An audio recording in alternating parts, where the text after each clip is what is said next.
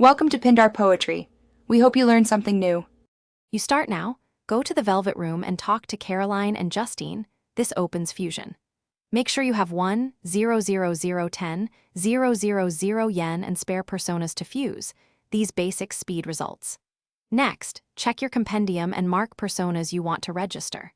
Once done, prioritize confidants like the Temperance and Justice links because higher confidant ranks change available fusions and bonuses. Listen for request prompts, then save before any major fusion so you can undo if. Now focus on how and why specific fusions produce target personas. Combine same arcana and adjacent arcana types to reach higher tiers, and use triangle or advanced fusion when you need a rare result. Manage skill inheritance by sacrificing personas that hold the exact skills you want, and use items to force skill transfer when necessary. Make sure to watch level thresholds. Sometimes a 1-level difference changes the outcome. Save again, fuse, and confirm the new persona while noting inherited skills and stats. Finish by registering the persona to your compendium so you can resummon it later. This saves time and yen.